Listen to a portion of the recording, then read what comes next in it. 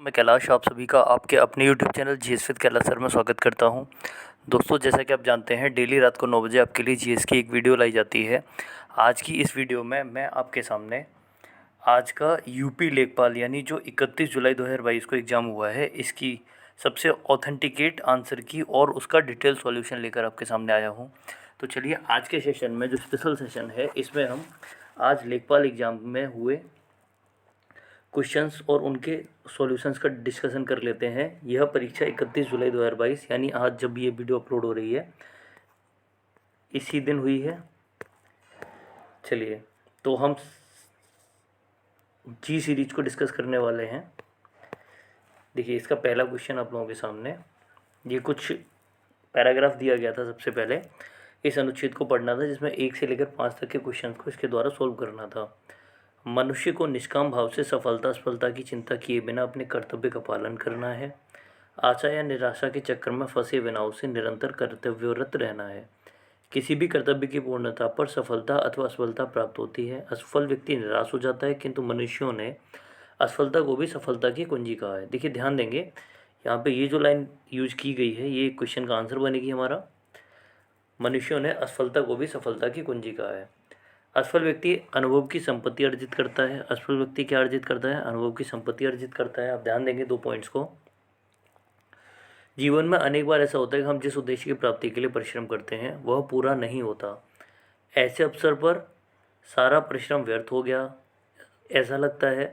हम निराश होकर चुपचाप बैठ जाते हैं, उद्देश्य की पूर्ति के लिए दोबारा प्रयत्न ही नहीं करते। ऐसे व्यक्ति का जीवन धीरे धीरे बोझ बन जाता है। कैसे व्यक्ति का जीवन बोझ बन जाता है? जो अपने उद्देश्य की पूर्ति के लिए दोबारा प्रयत्न नहीं करते। आप देखेंगे, एक पॉइंट हमारा ये था, दूसरा पॉइंट ये था, तीसरा पॉइंट ये था। ये सभी क्वेश्चंस के आंसर होंगे। निराशा का अंधकार न केवल उसकी कर्मशक्ति वरन उसके समस्त जीवन को ही ढक लेता है। निराशा की गहनता के कारण लोग कभी कभी आत्महत्या भी कर बैठते हैं। मनुष्य का जीवन धारण करके कर्म पथ से विचलित कभी नहीं होना चाहिए।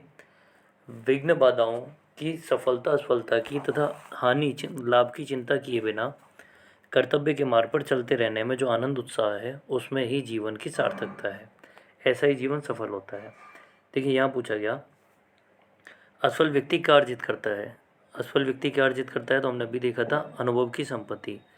असफल व्यक्ति के पास अनुभव होता है, जो हमने दूसरा पॉइंट डिस्कस कर रहा था। ये आंसर हो जाएगा। मनुष्य को किस प्रकार कर्तव्य का पालन करना चाहिए? निष्काम भाव से, सही।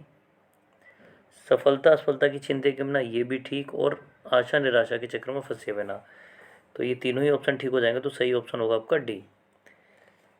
सही आंसर क्या हो जाएगा? डी। मनुष्यों ने सफलता की कुंजी किसे कहा है? देखिए, हमने अभी टिक किया था सफलता की कुंजी किसे, पहला जो टिक किया था वो यही था, असफलता को। इसके अलावा कैसे व्यक्तियों का जीवन धीरे धीरे बोझ बन जाता है? तो इसका जो आंसर होगा वो हो जाएगा जो असफल होने पर दोबारा प्रयत्न नहीं करते। ऐसे व्यक्तियों का जीवन धीरे धीरे बोझ बन जाता है। जीवन की सार्थकता किसमें है? जीवन की सार्थकता किसमें है? तो जीवन की सार्थकता जो है कर्तव्य मार्ग पर चलने के आनंद में। संधि विच्छेद करना है। पत्रालय, मरण आसन्न, वीर अंगना या यथार्थ, इनमें से कौन सा संधि विच्छेद है जो सही है? क्वेश्चन देखेंगे, निम्नलिखित में से कौन सा संधि विच्छेद है जो बिल्कुल ठीक है? तो इनमें से सही होगा आपका वीरधन अंगना, जिसे वीरांगना कहा जाता है। अन्य सभी गलत हो जाते हैं। यह आलय होता है, इसमें आसन्न होता है, और यह यथा धन अर्थ। चलिए आगे बढ़ेंगे। आंसर सी ठीक होगा उसका। कब्र में पैर लटकाने मुहावरे का अर्थ क्या है? मृत्यु के समीप होना।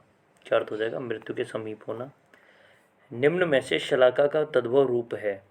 तो शलाका का जो तद्भव रूप होता है वो होता है सलाई। आनंद शब्द का उचित पर्यायवाची शब्द क्या होगा? आनंद का उचित पर्यायवाची शब्द क्या होगा? तो इसका जो सही आंसर हो जाएगा वो हो जाएगा आपका ए, मोद और हर्ष। मोद और हर्ष आनंद के उचित पर्यायवाची हैं। अपना पराया समास का उदाहरण है। तो अपना और पराया, तो यह किस प्रकार का समास हो जाएगा? यह हो जाएगा ए, द्वंद्व समास। जिस किसी ने भी 10 का ए टिक किया है बिल्कुल ठीक किया है। निम्न में से कौन सा शब्द स्त्रीलिंग नहीं है? तो अब देखो यामा जो है महादेवी वर्मा की कहानी से भी संबंधित है। कहानी का नाम है योजना बनाई जाती है भिक्षा दी जाती है जबकि संबल प्राप्त होता है या प्रदान किया जाता है। तो फिर कौन सा इसमें से पुल्लिंग हो जाएगा? डी संबल। तो हमारा जो सही आंसर होगा 11वें क्वेश्चन का ये हो जाएगा डी। किस विकल्प में सही विलोम युग्म है? सांस दोपहर विलोम सही नहीं है, शुष्क क्षुद्र नहीं, प्रसन्न प्रफुल्ल ये भी नहीं। आंसर होगा कृपण और दाता। कृपण होता है प्राप्त करने वाला और दाता होता है देने वाला, तो सही विलोम क्या होगा? कृपण और दाता। जीवन पति का समानार्थी शब्द है। जीवन को लेने का अधिकार किसमें होता है या जीवन पर किसका कंट्रोल होता है? यमराज का। तो आंसर हो जाएगा यमराज। जिससे इंद्रियों से अनुभव किया जा सके, जिसे इंद्रियों से अनुभव किया जा सके, तो सही आंसर हो जाएगा अतीन्द्रिय। सही आंसर क्या होगा? ए अतीन्द्रिय। निम्न में से कौन सा शब्द पुल्लिंग है? तो पूर्ति की जाती है, अभिव्यक्ति दर्शाई जाती है, छवि बनती है, जबकि विवाह होता है। तो फिर हम देखेंगे कौन सा पुल्लिंग शब्द है? विवाह। पंखी का बहुवचन क्या होगा? देखिए अब जिस प्रकार देखें प के ऊपर जो अंक की बिंदी लगी हुई है उस हिसाब से देखेंगे तो ये भी नहीं होगा और ये भी नहीं होगा। पंख हो नहीं सकता, तो आंसर क्या बचा हमारे पास? डी। सही आंसर क्या होगा? डी। दुशासन का संधि विग्रह। तो दुशासन का संधि विग्रह इसमें विसर्ग का प्रयोग होता है, तो दुधन शासन। निम्न में से किस शब्द की वर्तनी सही है? तो भाग्यवान होता है, रामायण होता है और वाल्मीकि इस प्रकार से नहीं लिखा जाता। माँ के बाद में मात्रा आती है और का से पहले मात्रा आती है। तो हमारा जो सही आंसर होगा वो हो जाएगा सी, लालायत। सही वर्तनी क्या है? लालायत। निम्नलिखित शब्दों पर विचार कीजिए। अधोगति, उज्ज्वल, विस्मरण और हितैषी। अधोगति ऐसे नहीं लिखा जाता। उज्ज्वल में 2 बार जा आधा आता है और ऊ की बड़े ऊ की मात्रा की जगह छोटे ऊ की मात्रा आती है। तो इनमें से कौन से ठीक होंगे? विस्मरण और हितैषी। शुद्ध वाक्य पूछे हैं तो दूसरा, तीसरा और चौथा। आंसर होगा सी, तीसरा और चौथा। चलिए बाकी क्वेश्चंस को देखेंगे। खग जाने खग ही की भाषा। खग जाने खग ही की भाषा। तो सही आंसर हो जाएगा 20वें क्वेश्चन का, ये हो जाएगा बी। समान प्रवृत्ति वाले ही एक दूसरे को सराहते हैं। हरि मोहन को रुपए देता है, रेखांकित में कौन सा कारक है? हरि मोहन को रुपए देता है, इसमें कौन सा कारक है? तो आंसर होगा एक कर्म कारक। हरि मोहन को रुपए देता है, कर्म कारक होता है इसमें। कर्ता ने कर्म को करण से अपने से पढ़ा होगा इसे। अरुण शब्द का समानार्थी यानी अनेकार्थी है।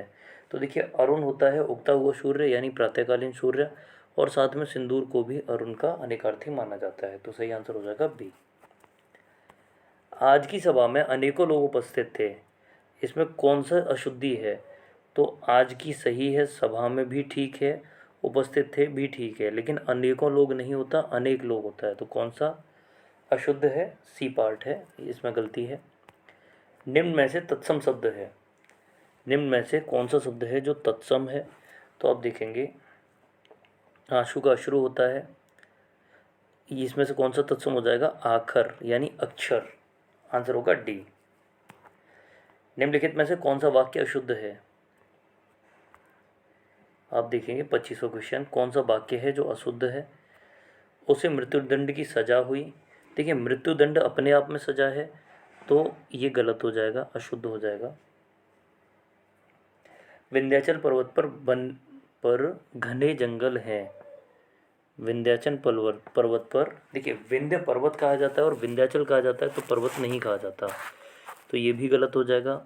शुद्ध भैंस नहीं होती, दूध शुद्ध होता है, और मेरे को उससे बात करना पसंद नहीं है, मुझे उससे बात करना पसंद नहीं है। तो इसमें से ये चारों ही गलत हो जाएंगे, यानी डी आंसर हो जाएगा इसका।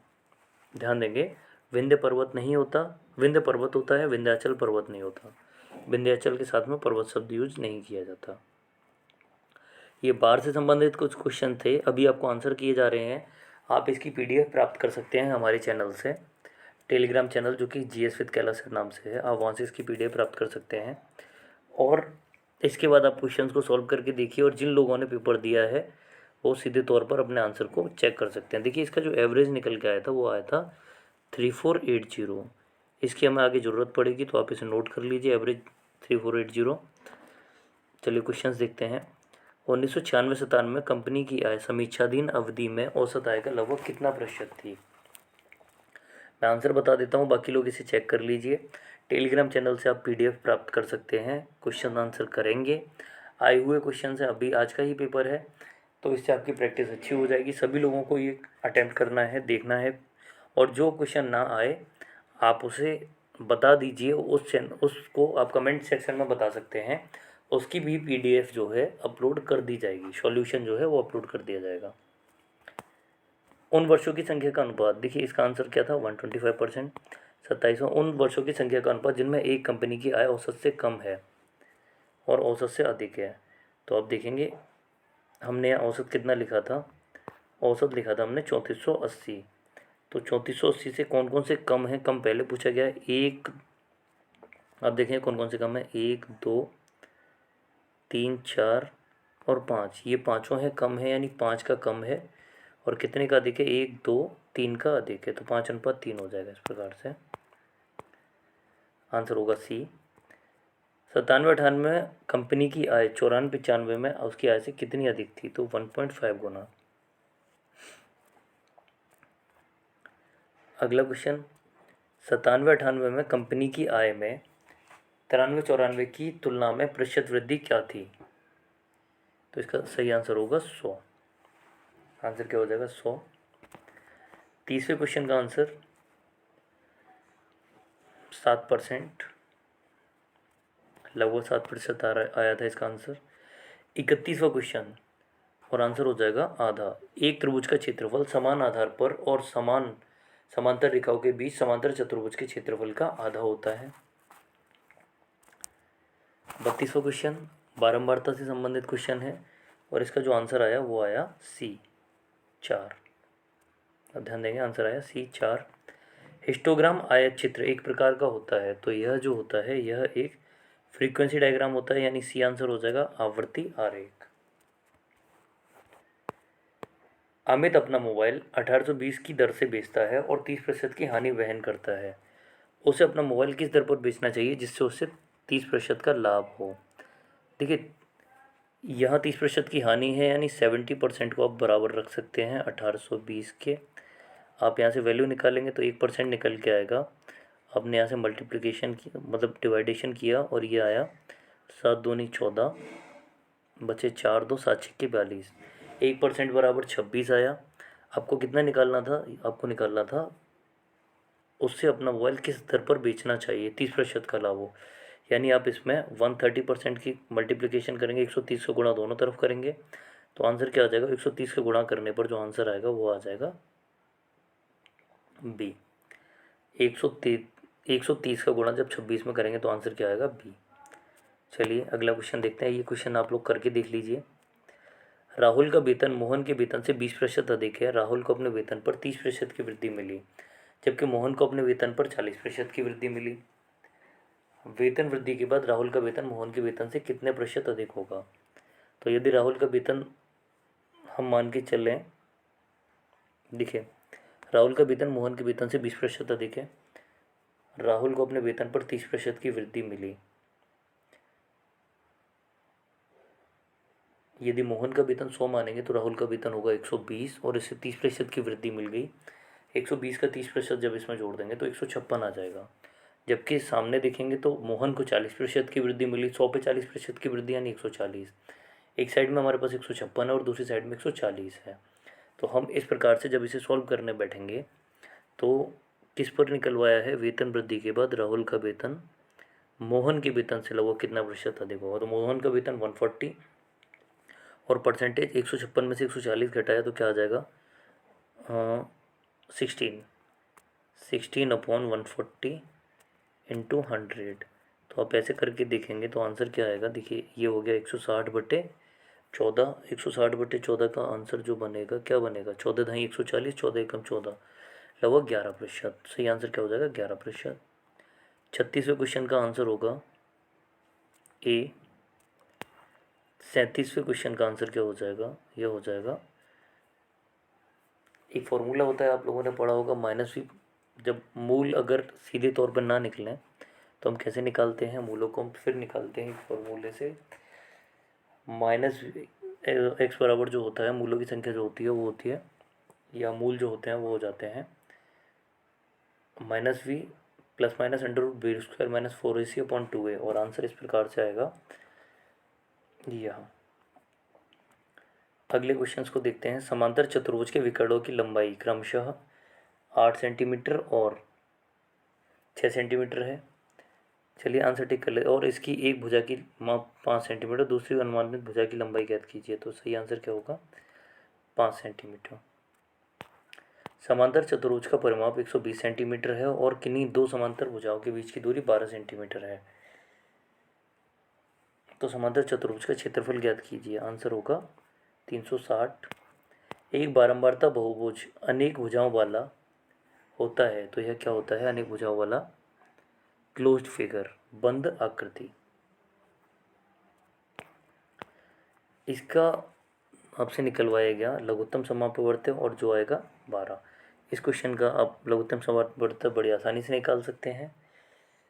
नीचे वाले का एलसीएम निकाला जाएगा तो 1 हो जाएगा, और ऊपर वाले का एलसीएम निकाला जाएगा जो कितना आ जाएगा आप देखेंगे, तो वो आ जाएगा आपका 12। तो इस प्रकार से 12/1 यानी 12 आंसर हो जाएगा। 42वां क्वेश्चन। दो संख्याओं का एचसीएफ 11 और उनके एलसीएम के दो अन्य गुणनखंड 13 और 17 हैं। आप 11 का मल्टीप्लिकेशन कर दीजिए सीधा दोनों में, तो आपको संख्याएं प्राप्त हो जाएंगी। तो दो संख्याओं में छोटी संख्या कौन सी? छोटी संख्या यानी इन दोनों का मल्टीप्लिकेशन करेंगे और आंसर क्या प्राप्त होगा आपको? 143। 11 गुणा 13 कितना हो जाएगा? 143 हो जाएगा। 43वां क्वेश्चन। बहुलक पूछा गया है, जो जिसकी रिपीटेशन ज़्यादा होती है उसे बहुलक कहा जाता है। तो 3 1 2 3 4 बार है, जबकि 4 देखेंगे तो 1 2 और 3 बार है। तो बहुलक क्या होगा? 3। माध्यिका ज्ञात कीजिए। तो आप इसे एक बार अरेंज ऑर्डर में सेट करेंगे और सेट करने के बाद देखेंगे तो बीचों बीच में क्या आ रहा है? 13। एक समबाहु त्रिभुज का परिमाप ज्ञात कीजिए जिसका आधार 18 सेंटीमीटर है। तो यह परिमाप आएगा आपका 54। समबाहु यानी समान भुजाओं वाला बताया गया है, और अगर आधार 18 है तो ये भी 18 होगा और ये भी आपका 18 होगा। तो इनका परिमाप क्या हो जाएगा? 18 3 54, 54। 46वां question. 18 + 15 divided by 3 multiplication by 9। तो आप देखेंगे बोर्ड मास लगेगा इसमें। 3 पंजे 15 और 5 में 45। 45 में जब 18 जोड़ेंगे तो कितना आ जाएगा? 63। 15 संख्याओं का माध्य 30 है। यदि प्रत्येक संख्या में 3 जोड़ दिया जाए तो नया माध्य क्या होगा? तो आप देखेंगे प्रत्येक में अगर 3 जोड़ दिया जाएगा तो माध्य जो है एवरेज माध्य में 3 जुड़ जाएगा। आंसर हो जाएगा आपका 33। चलिए अगला क्वेश्चन देखते हैं। 2240 के गुणनखंडों का योग ज्ञात कीजिए। तो 2240 के गुणनखंडों का योग आप लोग ज्ञात कर सकते हैं। यह आंसर आएगा आपका 6096। किस प्रकार से ज्ञात किया जाता है आप जानते ही होंगे। देखिए किस प्रकार से हम ज्ञात करते हैं। हम इसके फैक्टर कर लेते हैं। 2 जो है 6 बार आएगा, एक बार 5 और एक बार 7 आएगा। तो हम 2 की पावर 0 प्लस 2 की पावर 1 प्लस 2 की पावर 2, 2 की पावर 3, 2 की पावर 4, ऐसे 2 की पावर 6 तक लिखेंगे। प्लस में मल्टीप्लिकेशन बाई 5 की पावर 0 प्लस 5 की पावर 1, मल्टीप्लिकेशन बाई 7 की पावर 0 प्लस 7 की पावर 1। तो इस प्रकार से आंसर आप जब मल्टीप्लाई करेंगे तो आंसर प्राप्त होगा आपको 6096। एक आयत का क्षेत्रफल ज्ञात कीजिए जिसकी लंबाई 12 सेंटीमीटर और चौड़ाई 11 सेंटीमीटर है। तो आयत का क्षेत्रफल निकलवाया है, लंबाई और चौड़ाई दी है, सीधे मल्टीप्लिकेशन हो जाएगा। 11 दूनी 22 की 2 हासिल 1 और 11 एकम 11 और 1, 11 दूनी 22 की 2 हासिल 2 होगी, 11 एकम 11 और 2 13। आंसर होगा 132। देखिए कुछ क्वेश्चन ओरल भी हो जाते हैं। आप पेन पेंसिल लेके बैठेंगे मैथ के क्वेश्चन करने के लिए तो कई बार होगा टाइम आपका ज़्यादा ख़राब होगा, आप ओरली भी इन्हें कर सकते हैं। देखिए यहाँ एक टेबल दी गई है, क्यूमुलेटिव टेबल यानी संचय बारंबारता से संबंधित है, और इसमें आंसर पूछा गया है। आप इस क्वेश्चन को खुद से सॉल्व करिए। आंसर होगा 19 से 21। चलिए अगला क्वेश्चन देखते हैं। अब जीएस का सेक्शन आ जाता है हमारा, और आप जानते हैं ये वाला सेक्शन। तो देखिए सबसे लंबा राष्ट्रीय राजमार्ग कौन सा है जो उत्तर प्रदेश से होकर गुजरता है? उत्तर प्रदेश से होकर गुजरने वाला सबसे लंबा राष्ट्रीय राजमार्ग कौन सा हो जाता है? तो देखिए, अगर आप इनमें से दिए हुए में से आंसर देखेंगे तो आपका आंसर हो जाएगा NH2। लेकिन अगर जब इनमें से कोई नहीं दिया हुआ है तो आपका आंसर हो जाएगा NH34। तो आंसर क्या हो जाएगा? NH34। वह 723 किलोमीटर लंबा है। तो दिए हुए में से आंसर हो सकता है NH2, जबकि NH34 सही आंसर हो जाएगा। किस अनुसूचित जनजाति की जनसंख्या उत्तर प्रदेश में सबसे अधिक है? तो आंसर होगा बी, थारू।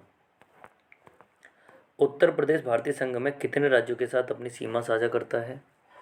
तो उत्तर प्रदेश जो है भारतीय संघ में पूछ लिया गया है, कंप्लीट पूछ लिया गया है। तो यह 9 राज्यों के साथ अपनी सीमा साझा करता है। 9 राज्यों में 8 राज्य और 1 केंद्र शासित प्रदेश है जिसका नाम दिल्ली है। तो उत्तर प्रदेश 9 राज्यों के साथ अपनी सीमा साझा करता है। उत्तर प्रदेश की अर्थव्यवस्था पर आधारित है। उत्तर प्रदेश की अर्थव्यवस्था किस पर आधारित है? तो यह मुख्य रूप से कृषि पर आधारित है। अगला, उत्तर प्रदेश के IT शहर स्थापित किया जा रहा है। यूपी में IT शहर कहाँ स्थापित किया जा रहा है? तो जो सही आंसर हो जाएगा वो हो जाएगा सी, लखनऊ। उत्तर प्रदेश में IT शहर जो है यह लखनऊ में आयोजित किया जा रहा है।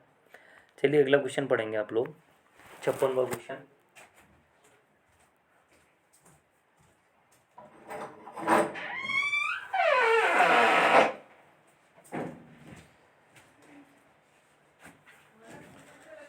कौन सा जल डमरू भूमध्य सागर को अटलांटिक महासागर से जोड़ता है? 56 क्वेश्चन। और इसका जो सही आंसर हो जाएगा वो हो जाएगा जिब्राल्टर जल डमरू मध्य। जिब्राल्टर जल संधि जो है यह भूमध्य सागर को अटलांटिक महासागर से जोड़ने का कार्य करती है। निम्नलिखित में से किसे उत्तर प्रदेश में मंदिरों के शहर के नाम से जाना जाता है? तो सबसे प्राचीन बसे हुए शहरों में से एक है आपका वाराणसी शहर। यह इसे मंदिरों के शहर के नाम से भी जाना जाता है, घाटों के शहर के नाम से भी जाना जाता है। बनारस के घाट काफ़ी फेमस हैं।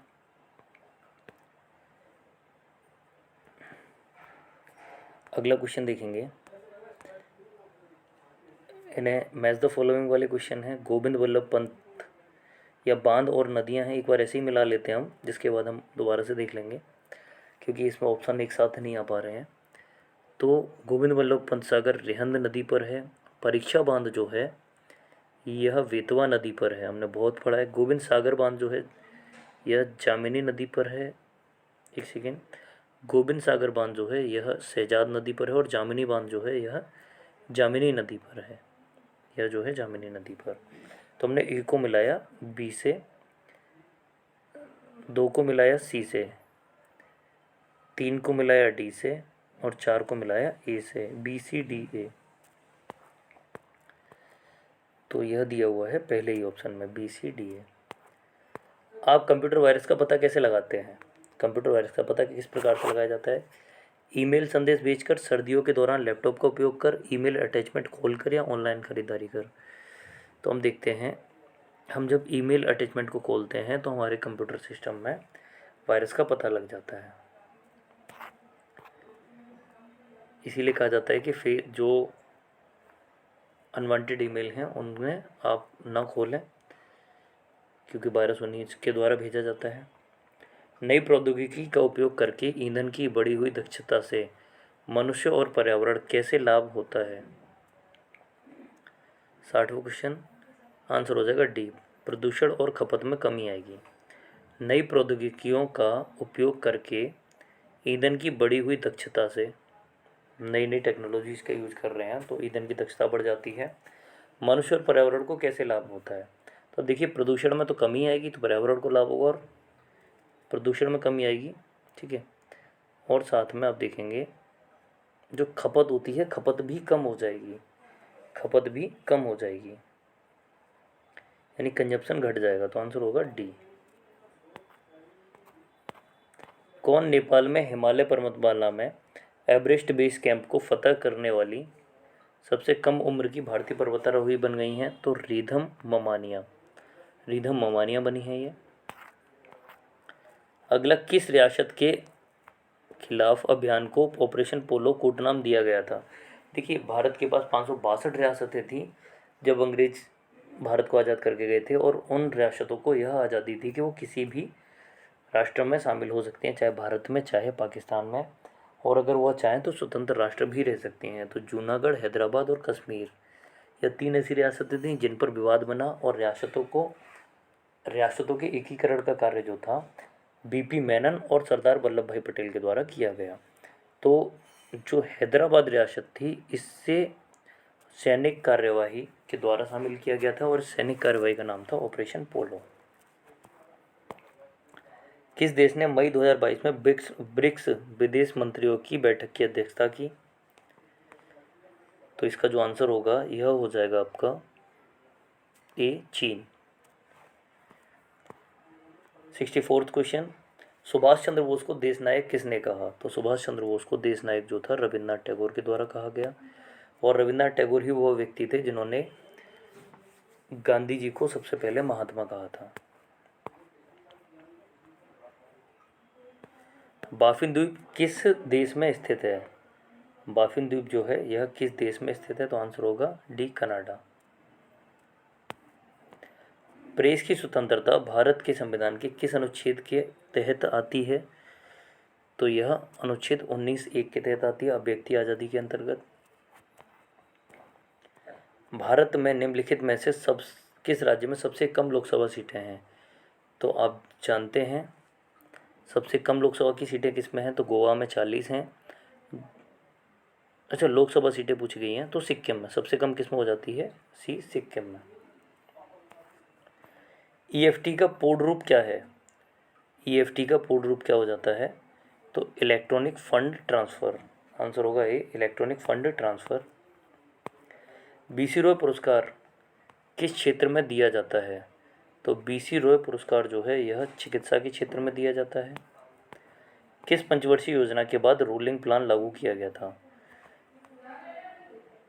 तो रोलिंग प्लान जो है यह 5वीं पंचवर्षीय योजना के बाद लागू किया गया।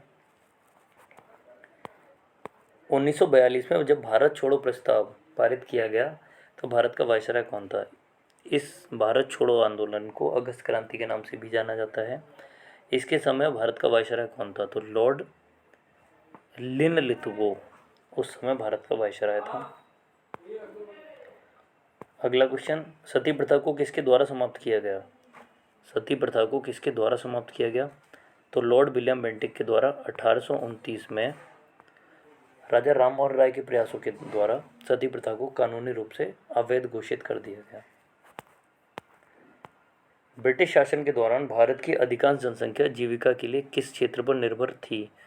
ब्रिटिश शासन के दौरान भारत की अधिकांश जनसंख्या जीविका के लिए प्राथमिक क्षेत्र यानी किसी कृषि क्षेत्र पर निर्भर थी। अगला क्वेश्चन देखते हैं, निम्नलिखित में से भारतीय संविधान के किस अनुच्छेद में राज्य के नीति निषेध तत्व शामिल हैं? तो आप जानते हैं यह संविधान के भाग 4 में है और अनुच्छेद जो है कहाँ से कहाँ तक होगा? तो अनुच्छेद 36 से 51, आंसर हो जाएगा ए। महात्मा गांधी ने नमक सत्याग्रह कहाँ शुरू किया? तो महात्मा गांधी के द्वारा नमक सत्याग्रह कहाँ से शुरू किया गया? 1930 में शुरू किया गया था, 6 मार्च 1930 से, ठीक है, 12 मार्च 1930 से यह शुरू किया गया। यह दांडी से न शुरू करके साबरमती आश्रम से शुरू किया गया था और कहाँ तक? तो दांडी तक। ये पूरी यात्रा दांडी यात्रा कहलाती है। दांडी में जाकर गांधी जी ने नमक कानून तोड़ा था और इस प्रकार सविनय अवज्ञा आंदोलन शुरू हुआ। चलिए अगला जो टॉपिक है यह आपका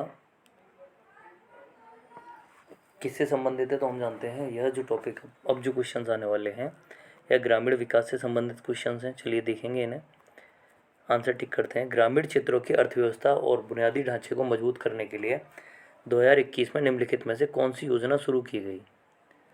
तो ग्रामीण क्षेत्रों की अर्थव्यवस्था और बुनियादी ढांचे को मजबूत करने के लिए 2021 में यूपी मातृभूमि योजना शुरू की गई। निम्नलिखित में से कौन सी योजना दुर्व्यापार और व्यावसायिक यौन शोषण के पीड़ितों के दुर्व्यापार की रोकथाम और बचाव, पुनर्वास और पुनः एकीकरण के लिए है? तो आप जानते हैं उज्ज्वला योजना जो है यह इसी से संबंधित है। उज्ज्वला 3 प्रकार की योजना है। प्रधानमंत्री जो उज्ज्वला योजना है वह गैस सिलेंडर से संबंधित है,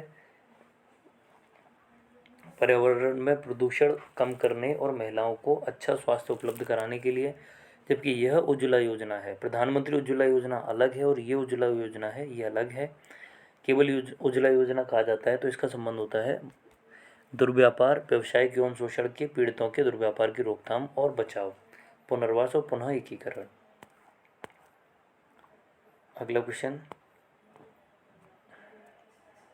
निम्नलिखित में से कौन सी योजना हमारे देश की पारंपरिक कलाओं शिल्पों के संरक्षण और अल्पसंख्यक समुदायों के पारंपरिक कारीगरों और शिल्पकारों की क्षमता निर्माण के लिए है? तो आंसर हो जाएगा उस्ताद योजना। देखिए, पारंपरिक कलाओं शिल्पों के संरक्षण और अल्पसंख्यक समुदायों के पारंपरिक कारीगरों और शिल्पकारों की क्षमता, तो इन्हें क्या कहा गया है? इन्हें उस्ताद कहा गया है, तो इसलिए इनके लिए योजना बनाएगी उस्ताद योजना। 77 क्वेश्चन हम कर चुके हैं। चलिए अगला देखते हैं 79 क्वेश्चन। निम्नलिखित में से कौन सी योजना गैर कृषि गतिविधियों में महिलाओं के उद्यमशीलता कौशल के विकास के माध्यम से महिलाओं के आर्थिक सशक्तिकरण का प्रावधान करती है? तो ट्रेड योजना। कन्या विद्याधन योजना के तहत आर्थिक रूप से कमजोर परिवार की लड़कियां जो हाई स्कूल पास हैं को उच्च शिक्षा प्राप्त करने के लिए एक मुश्त राशि कितनी प्रदान की जाती है? तो इसका सही आंसर होगा, यह होगा सी, 30,000। 81वां क्वेश्चन, निम्नलिखित में से कौन सा मंत्रालय नोडल विभाग आजीविका राष्ट्रीय आजीविका मिशन को संभालता है? 81 क्वेश्चन, आंसर होगा बी, ग्रामीण विकास मंत्रालय। सौर फोटोवोल्टिक सिंचाई पंप योजना के तहत छोटे और सीमांत किसान केंद्र सरकार की सब्सिडी के अलावा 1800 वाट सरफेस सोलर पंप के लिए कितने अनुदान के पात्र हैं? तो 82वें क्वेश्चन का आंसर हो जाएगा बी, 30%। स्वच्छ भारत मिशन को निम्नलिखित में से किस मंत्रालय द्वारा नियंत्रित किया जाता है? तो यह है आपका पेयजल और स्वच्छता मंत्रालय के द्वारा। निम्नलिखित में से कौन सा कार्यक्रम सार्वजनिक स्वास्थ्य संस्थानों में प्रसव के लिए आने वाली गर्भवती महिलाओं को मुफ्त में आने जाने के लिए परिवहन, मुफ्त दवाएं, मुफ्त निदान, मुफ्त रक्त और मुफ्त आहार प्रदान करता है? तो 84 का आंसर हो जाएगा, यह होगा आपका ए, जननी शिशु सुरक्षा कार्यक्रम। जननी शिशु सुरक्षा कार्यक्रम। 85वां क्वेश्चन, किस मंत्रालय या नोडल विभाग की केंद्र में एकीकृत बाल विकास सेवा योजना के कार्यान्वयन की प्राथमिक जिम्मेदारी है? तो महिला एवं बाल विकास मंत्रालय की। निम्नलिखित में से कौन सी योजना पंचायत राज मंत्रालय और गांवों की आबादी के सर्वेक्षण और ग्रामीण क्षेत्रों में उन्नत प्रौद्योगिकी के साथ मानचित्रण के लिए है? तो कौन सी योजना है जो पंचायत राज मंत्रालय द्वारा गांवों की आबादी के सर्वेक्षण और ग्राम क्षेत्रों में उन्नत प्रौद्योगिकी के साथ मानचित्रण के लिए है? तो आंसर हो जाएगा स्वामित्व। आंसर होगा इसका सी। ध्यान देंगे क्या आंसर हो जाएगा? आंसर हो जाएगा आपका सी, स्वामित्व। अगला, कौन सी योजना भारत में ग्रामीण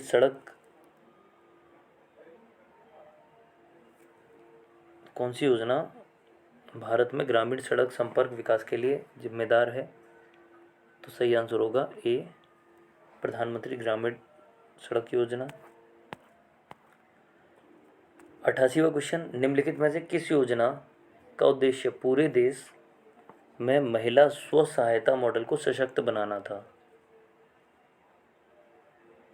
तो आंसर होगा सी, राष्ट्रीय ग्रामीण आजीविका मिशन का।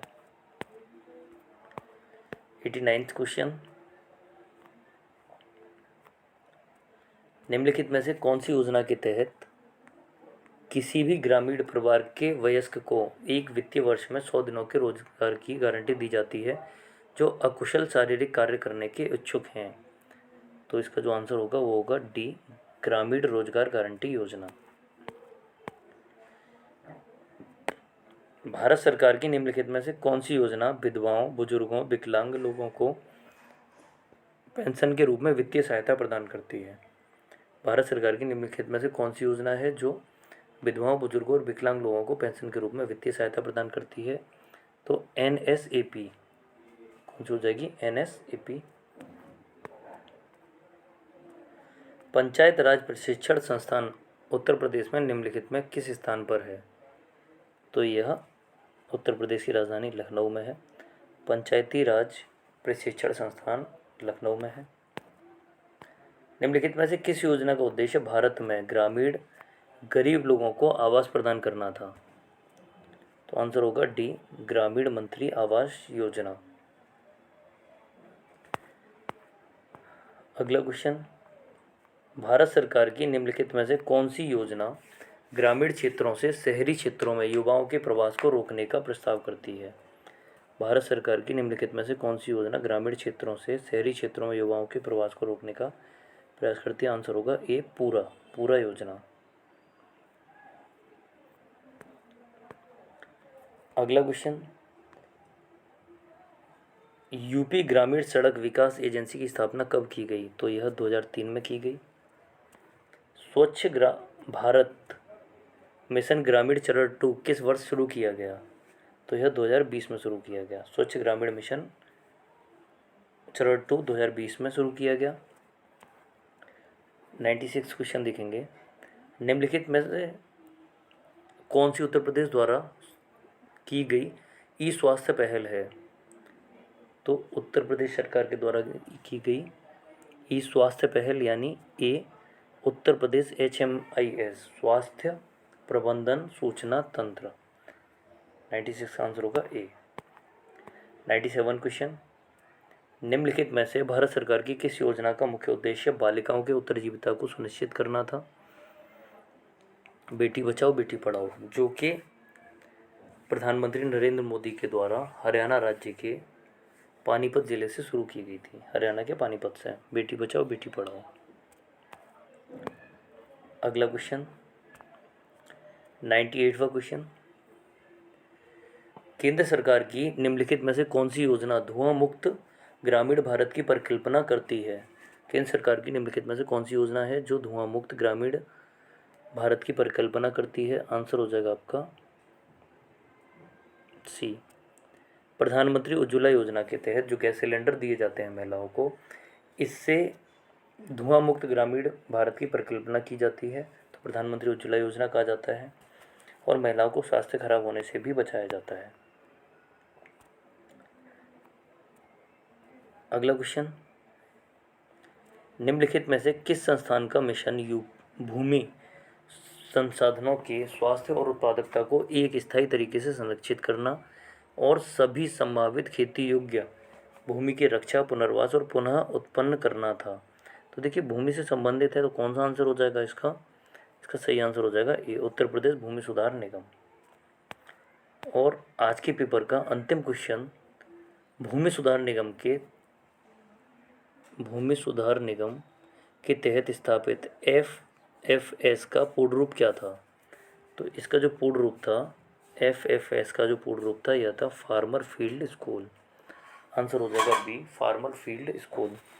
उम्मीद करते हैं आज का पेपर आपका अच्छा हुआ होगा।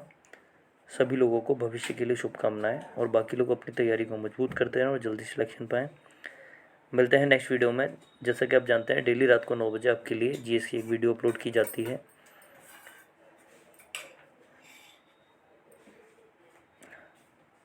तो चलिए, आज अपने पेपर को इवैल्यूएशन कर लीजिए। सभी लोग अपने अपने जिसने पेपर दिया है वो लोग अपने मार्क्स को, क्या मार्क्स हो रहे हैं, कमेंट बॉक्स में शेयर कर दीजिए। मिलते हैं नेक्स्ट वीडियो में। Good evening all of you. शुभ संध्या, शुभ रात्रि।